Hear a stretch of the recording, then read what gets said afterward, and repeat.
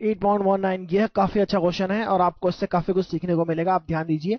Satellite orbits the earth at a height of 400 kilometre above the surface. Orbits यानी orbit में है।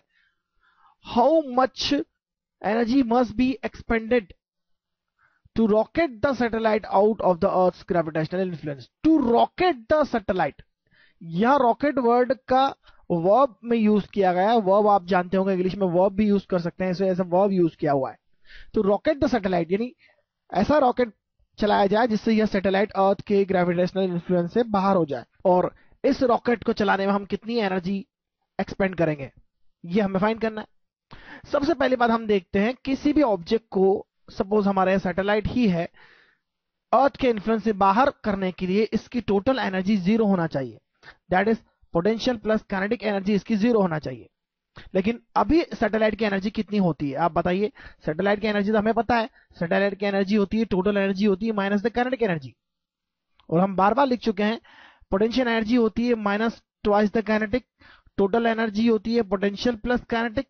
Potential को हम -2 के लिखते हैं और काइनेटिक लिखते हैं, तो टोटल एनर्जी हमें साफ दिखता है माइनस द काइनेटिक एनर्जी है। और in terms of potential energy आप इसे लिख सकते हैं, माइनस के की वैल्यू p/2 होती है, माइनस के की value potential energy divide by 2 होती है। तो टोटल एनर्जी यहां सैटेलाइट की निगेटिव होती है, that is potential energy divide by 2। Potential energy negative होती है, टोटल एनर्जी निगेटिव होती है। हमें इस टोटल एनर्जी के इक्वल पॉजिटिव एनर्जी इसे प्रोवाइड करना होगी। यानी हमें जो एनर्जी चाहिए, जो डेल्टा ई चाहिए, वह डेफिनेटली मॉडुलस होगा पोटेंशियल एनर्जी बाय 2 का। इतनी एनर्जी इसे प्रोवाइड कर दें in form of rocket propulsion system, या काइनेटिक एनर्जी कहें, एक्स्ट्रा प्रोवाइड कर दें इसे। यहां पर रॉकेट की सहायता से इतनी काइनेटिक एनर्जी एक्स्ट्रा प्रोवाइड कर दें, तो यह इसकी टोटल एनर्जी 0 हो जाएगी और यह अर्थ के ग्रेविटेशनल इन्फ्लुएंस से बाहर हो जाएगा। यानी किसी भी एस्केप करने वाले की टोटल एनर्जी 0 या 0 से ज्यादा होना चाहिए। नेगेटिव है तो वो एस्केप नहीं कर सकता, यह मेन कंसेप्ट है। तो टोटल हमने देख ली, टोटल पोटेंशियल बाय 2 है और उसी के इक्वल पोटेंशियल बाय 2 का मैग्नीट्यूड हम उसे प्रोवाइड करना चाहते हैं। तो पोटेंशियल एनर्जी कैलकुलेट करना तो बहुत आसान है। ये कितना होता है, gm mass of the earth, mass of the satellite, mass of the satellite we have to find here, yes it is given 200 kg, and height r plus h होगा। यहां पर r is given, h is given, और minus हमने हटा दिया यहां से, और 2 भी यहां पे लेना होगा क्योंकि ये 2 लेना है हमें यहां पर। तो माइनस हमने हटा दिया क्योंकि मैग्नीट्यूड चाहिए हमें यहां पर।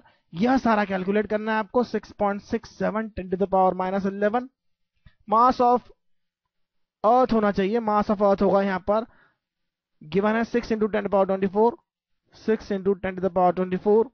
Mass of satellite is given 200 divided by 2 × 400 kilometre and 6.4, that is 6.8 हो जाएगा ये अल्टीमेटली। 6.8 × 10⁻6 हो जाएगा। 400 किलोमीटर्स को आप 0.4 × 10⁻6 लिख सकते हैं, तो अल्टीमेटली ये r प्लस h हो जाएगा 6.8 10⁻6। आप देख सकते हैं यहां पर यह होता है 6400 किलोमीटर। 400 ऐड करेंगे तो 6800 किलोमीटर हो जाएगा, जिसे मैंने 6.8 10⁻6 मीटर्स में लिखा है। इससे आपको कैलकुलेट करना है केवल। देखिए कितना हो जाएगा, 2 zeros 26 zeros, 26 zeros यहां पर है, और 26 जीरो में से 11 जीरोस कम होंगे तो ये होगा 15, और 6 zeros 9 0 10⁻9। फर्दर कैलकुलेशन के बाद हमें क्या मिलता है देखते हैं।